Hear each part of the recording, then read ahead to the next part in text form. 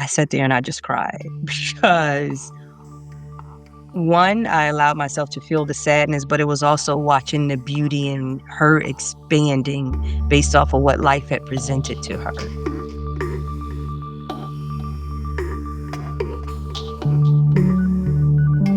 And can you share a real life example of someone that you've worked with who they've shifted their capacity drastically rather than just decreasing stress? Maybe something for our listeners that's like a quick indicator that their capacity is low. I think what who comes to my mind is my client that has received a second diagnosis of cancer.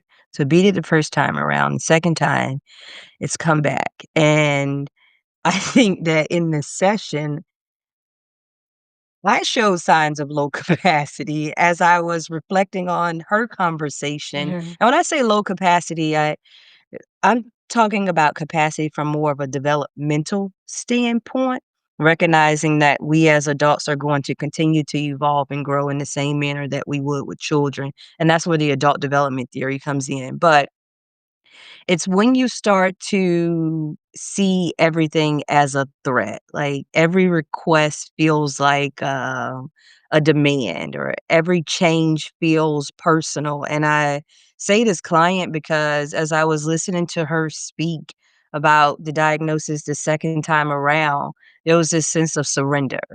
Um, and surrender, in my opinion, is like one of the highest forms of capacity when you stop fighting life. Mhm. And her response was, "I'm not doing any more chemo. I don't think it really reflects a good quality of life. I'm planning to live while preparing to die." And I sat there and I just cried because one, I allowed myself to feel the sadness, but it was also watching the beauty in her expanding based Mhm. off of what life had presented to her.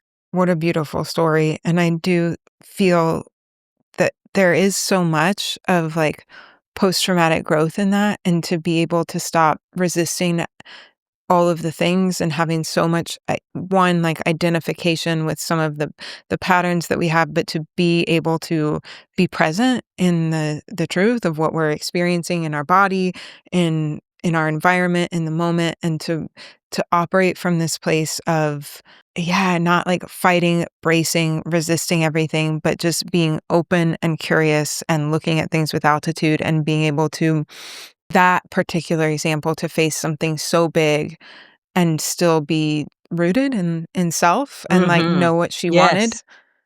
is Yes. really, really powerful. And that's Facing why I love post-traumatic growth, Mhm. right? Because it reflects hope, like your ability to recover in ways that ground you back within yourself. Like there's a sense of hope because it says that even after difficulty or disruption, like we're capable of building something else. Mhm. Mhm. Mhm. Mhm. It's almost like, a rebirth in a way.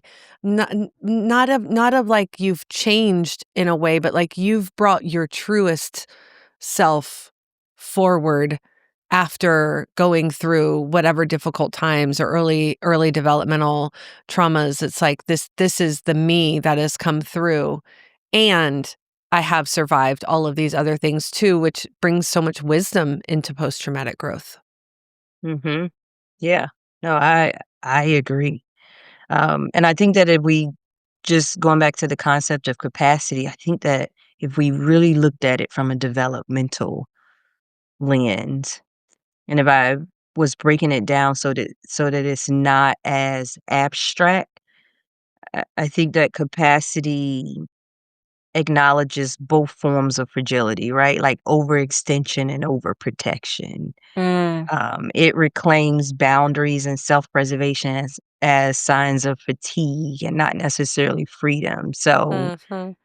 I I think that that's been the story that has really caught my attention over the last couple weeks as I continue to, support people in expanding their capacity. This clip is just a glimpse into our full deep dive conversation. If this topic resonates with you, click the link below and watch the entire Trauma Rewired episode here on YouTube. And don't forget to subscribe for more powerful discussions on how neuroscience, the nervous system, and practical tools for repatterning can transform your resilience, behavior, and personal growth.